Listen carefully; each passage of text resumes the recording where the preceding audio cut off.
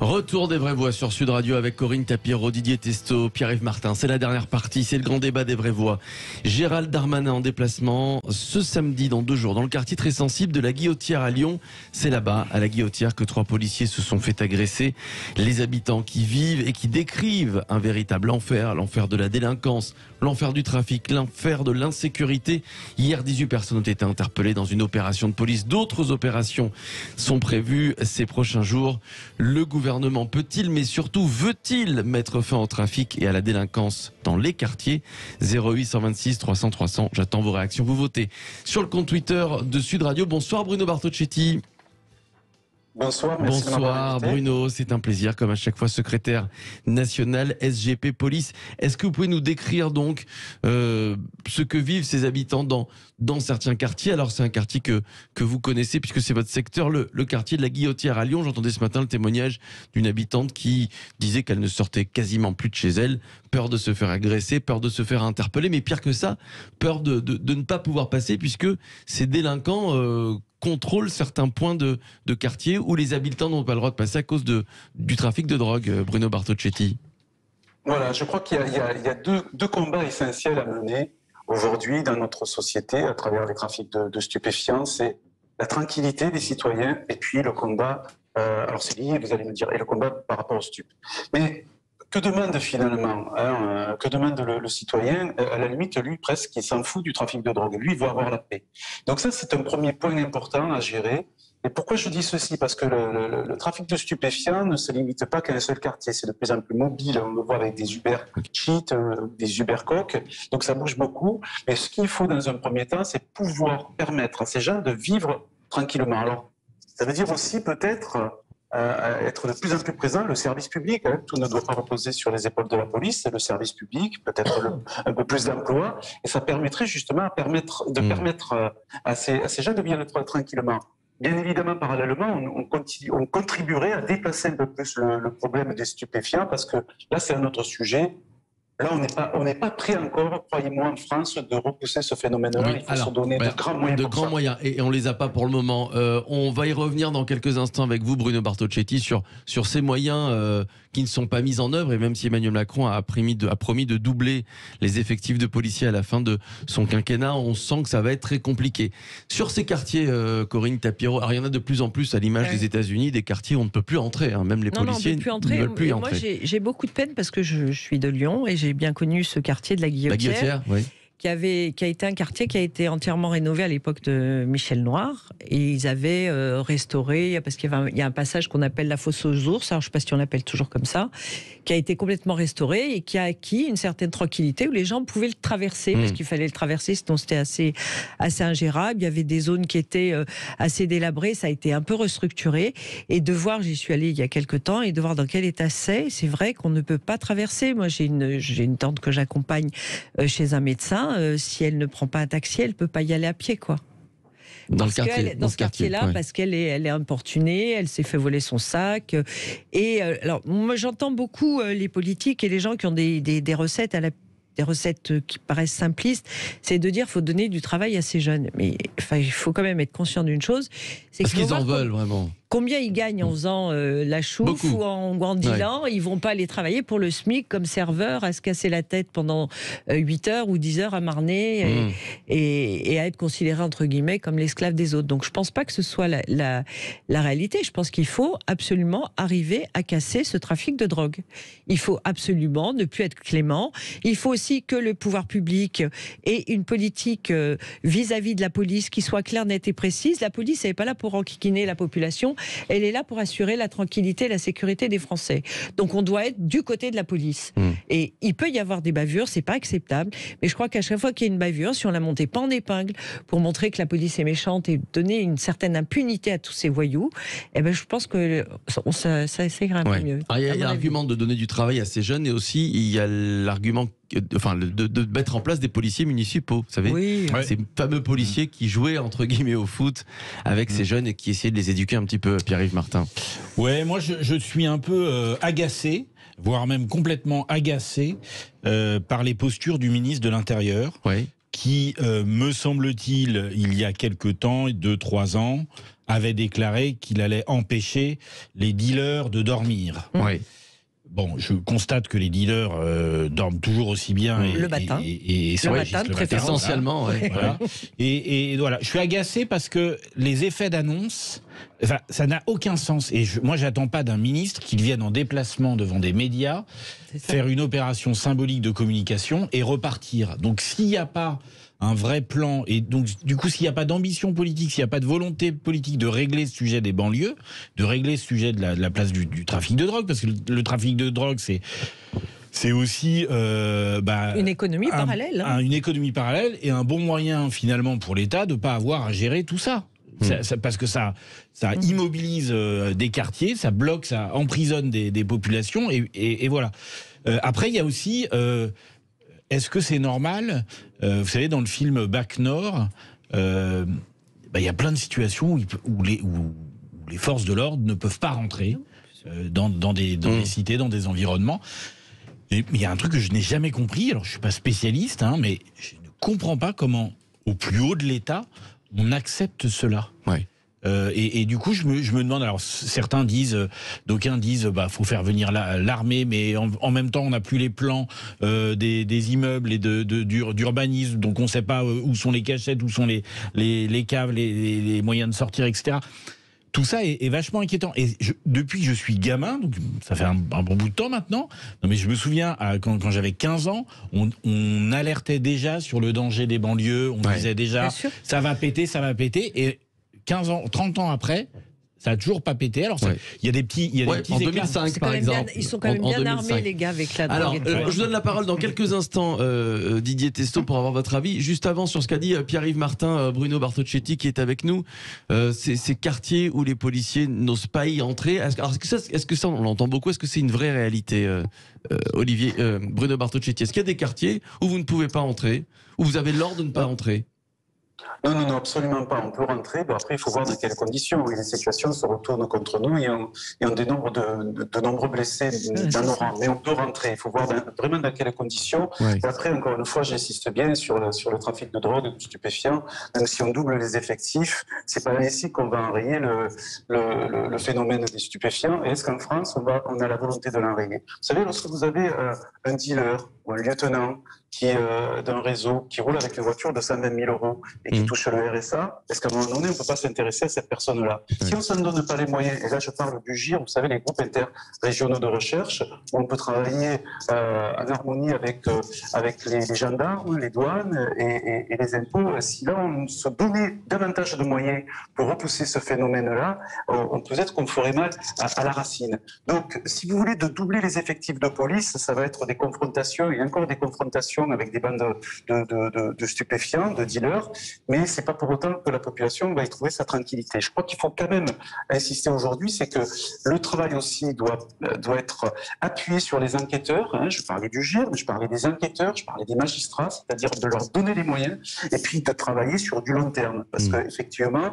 si on veut faire un coup d'éclat en 2 mois, on ne va pas résoudre un problème, on ne va pas faire tomber un réseau en 2 mois. Il faut se donner le temps de travailler et se dire aujourd'hui que ça fait 40 ans qu'on a perdu du temps sur ce thème-là. Eh bien, évitons de travailler sur les 1 an, sur les 2 ans pour des raisons électorales et peut-être on aura des résultats. Mais là, franchement, à chaque fois, vous voyez bien, de toute façon, en plus, c'est très difficile. Si j'avais une recette miracle, je vous la donnerais. Et lorsqu'on voit que ça, dans ces réseaux, la peine de mort existe. L'espérance de vie d'un dealer, c'est 30 ans. C'est-à-dire que rien ne fait peur à ces voyous. Donc, il faut se donner d'autres moyens que le travail de la police et de la justice. C'est pour ça que j'entends madame quand elle dit, et très justement, donner du travail. Mais vous avez absolument raison. C'est pas ainsi, puisque ces jeunes n'ont pas forcément envie de travailler. Il y a vraiment quand même beaucoup sur un plan éducatif aussi à faire, et peut-être même déjà commencer à entourer carrément ces familles qui sont victimes de certains de leurs enfants. Que vous inspire le déplacement de Gérald Darmanin à la Guillotière samedi? Est-ce que vous savez s'il va y faire des annonces, Bruno Bartocchetti? Il y a de fortes chances qu'il fasse des annonces. Bon, mais on est tous maintenant dans la médiatisation. rapide dans les effets d'annonce. Après, on ne peut pas lui enlever qu'il a la volonté peut-être d'arriver à des résultats, mais c'est pas en travaillant comme on le fait actuellement sur l'émotion, sur un fait qui vient d'arriver et qui n'est pas isolé, loin de là, qu'on va trouver des solutions. Il va y avoir une annonce, ça va nous rassurer pendant 15 jours, et je me retrouverai sur votre antenne avec beaucoup de plaisir dans 2-3 mois pour parler d'une situation navrante qu'on va trouver à Marseille ou à Bordeaux. Ouais. Malheureusement. Oui, Corinne. Moi, je voudrais vous poser une question, monsieur Bartocchetti. Vous ne pensez pas qu'avec ce trafic de drogue, il y a également un gros trafic d'armes et que je ne comprends toujours pas comment on n'en vient pas à bout? Parce que j'ai été très amusée de voir qu'on critiquait les Américains avec l'arme pour le port d'armes alors que c'est déclaré. Chez nous, c'est c'est pas déclaré du tout. Et il y en a de plus en plus. Ça circule énormément, quoi. Bruno Bartocchetti. Oui, et merci de rajouter ce phénomène qui est très très inquiétant sur notre territoire national depuis, on va dire, 7-10 ans. En fait, c'est arrivé crescendo et on parle des Kalachnikov, cette allusion bien sûr à ces armes-là qui circulent en grand nombre. Alors d'un côté, on contrôle le citoyen sur le port d'armes qu'il peut avoir, en tout cas la détention d'armes, pardon. Et puis, qui dit de toute façon trafic de stupes, dit trafic de Kalachnikov par ma feu, puisqu'on le voit, les règlements de compte ne se font pas avec des chamallows. Donc c'est vrai, très très inquiétant sur notre territoire national. La volonté doit être politique, on doit nous donner les moyens, et j'insiste bien, pas qu'à la police. Il faut donner les moyens à la justice de sanctionner, de travailler, et ça va au-delà du travail de la justice et de la police. C'est un gros problème sur notre plan national. Et puis, ce qui est regrettable aussi, je suis désolé, je suis un peu bavard, c'est que nous avons encore des élus qui sont sur la planète bisounours. Je ne veux pas rentrer dans un schéma politique précis, mais à un moment donné, c'est notre République qui est en danger et tous les élus doivent vraiment parler de la même voix. Alors que ce soit Darmanin, c'est le 45 ou 46e ministre de l'Intérieur sur la 5e République, que ce soit lui ou le prochain ou les prochains, il va falloir vraiment, peu importe l'étiquette politique, qu'on prenne ce sujet de manière très sérieuse, parce que pour l'instant, on est dans... Allez, on brode, on essaie d'arranger sur du court terme, mais c'est pas comme ça qu'on va trouver des solutions. Alors, Didier Testot, qu'on n'a toujours pas entendu. Didier. Non, plusieurs choses. Je rejoins ce que disait Pierre-Yves sur le ministre qui fait ses déclarations. Pour qu'un ministre dise on va éradiquer la drogue en France, c'est simple. Il faut que sa famille soit protégée et que lui-même soit protégé pendant les 5 ans de son mandat. Et il ne fait que ça. Mais c'est-à-dire qu'il va avoir autour de lui une armée et il va aller effectivement faire ça. C'est pas du tout le cas aujourd'hui. Donc, il n'y a aucune chance que effectivement ça change, vu le niveau aujourd'hui financier de ces trafiquants de drogue que rappelait votre policier. Aujourd'hui, c'est des montants énormes. Et donc, face à ça, un État qui fait quelque chose, c'est un mandat de 5 ans, mais pendant 5 ans, votre famille est protégée, vous n'avez personne qui peut vous menacer, vous êtes dans une opération, c'est presque une opération militaire. Ensuite, moi, je pense aux gens qui sont dans ces quartiers, qui effectivement subissent au jour le jour. Ça fait, effectivement, on rappelait, malheureusement, ça fait 40 ans. On a vu ces quartiers, moi, je connais ces quartiers, j'en connais certains. Moi, j'étais au Petit Colombe, je vois l'évolution, on voit l'évolution. Et aujourd'hui, qu'est-ce qui se passe? On parlait des armes, on les voit dans des villes toutes petites. Une petite ville, vous entendez, tiens, il y a un gars avec une Kalachnikov. Vous dites, mais comment ces armes sont faites là? Et en fait, on s'en est aperçu quand il y a eu des sujets terroristes, parce qu'on s'est dit, ah mince, ah oui, les délinquants, là, au fait qu'on a laissé faire dans ces quartiers, parce qu'il y a un moment donné, les politiques, et peut-être aussi, c'est une certaine hiérarchie policière, laissaient faire dans ces quartiers en disant, effectivement, on a à peu près les infos, on sait à peu près ce qui se passe. Jusqu'au moment où on a eu ces sujets de terroristes islamistes, et là, on s'est dit, mince, ils font ce trafic de drogue, mais du coup, ils peuvent basculer aussi d'un jour à l'autre. Et là, on a commencé à réaliser qu'il fallait peut-être regarder autrement le trafic de drogue, que le côté on contrôle tout, on a à peu près les informations, et tant pis pour les gens qui vivent dans ces quartiers, ils ont qu'à en sortir. Et là, on est dans une situation aujourd'hui où on a laissé faire. Là, avec l'Ukraine, en ce moment, il y a aussi des nouveaux trafics qui arrivent. Donc, on est dans une situation, c'est les politiques, l'économique et le policier. Les policiers, ils peuvent pas... S'ils sont en dehors d'une zone, ils ne peuvent pas intervenir et gagner. C'est pas possible. Il faut être dans la zone, il faut connaître ce qui se passe, il faut avoir des informations. C'était les fameux RG qui avaient au moins ce service-là, qui étaient sur le terrain, qui savaient ce qui se passait dans un quartier, qui pouvaient se dire c'est en train de faire ça. Aujourd'hui, il y a des quartiers qui sont contrôlés par des bandes qui gagnent plus leur vie effectivement qu'en travaillant normalement. Si on veut casser ça, il faut malgré tout reprendre le terrain. C'est presque une opération militaire. On veut pas l'aborder, mais c'est presque un sujet d'ordre militaire, de stratégie militaire. Et puis ensuite, s'il y a la sécurité, vous aurez l'économie qui reviendra, vous aurez des commerces qui viendront, vous aurez des choses, des vraies choses, et les gens pourront peut-être retrouver du travail, parce qu'il y a des entreprises qui s'implanteront. Aujourd'hui, une entreprise, si c'est contrôlé par les trafiquants de drogue, elle va fait les zones franches pour relancer certains quartiers. Alors, ça n'a pas marché. On vous retrouve dans quelques instants, Bruno Bartocchetti, secrétaire national LGP Police. Vous continuez de voter sur le compte Twitter de Sud Radio à cette question. Le gouvernement peut-il mettre fin au trafic et à la délinquance dans les quartiers? Puis on vous attend 0826 300 300. Luc sera avec nous dans quelques instants. À tout de suite. Dernière partie des vraies voix sur Sud Radio avec Corinne Tapiro, Didier Testo, Pierre-Yves Martin, Bruno Bartocchetti, notre invité qui est avec nous, policier secrétaire national SGP Police. Le gouvernement veut-il vraiment mettre fin au trafic et à la délinquance dans les quartiers, alors que Gérald Darmanin se rendra samedi dans le quartier de la Guillotière, là où 3 policiers ont été agressés? Vous continuez de voter, vous dites non à 72%, et puis vous nous appelez 0826 300 300. Luc est avec nous. Bonsoir Luc. Bonjour à tous. Bonjour Luc, vous appelez d'où Luc? J'appelle du Val-de-Marne. Voilà, très bien, région parisienne. Bonsoir Luc, on vous écoute. Bonsoir à tous, merci pour vos interventions, je dirais piquées au coin du bon sens pour la plupart.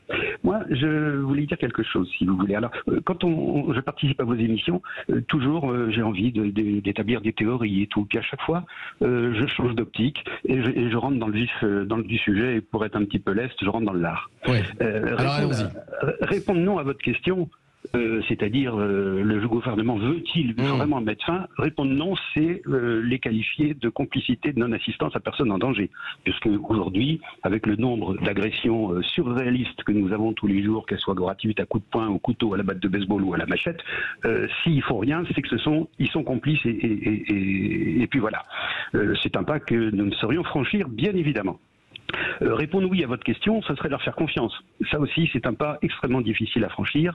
Avec Macron réélu, on se demande par qui, puisque tout le monde, on a 71% des gens qui veulent une réduction massive de l'immigration, et avec Dupond-Moretti qui vote la NUP, je me demande en quoi on pourrait leur faire confiance.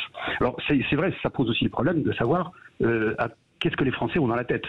Ils élisent Macron, 10 minutes après, ils veulent une cohabitation.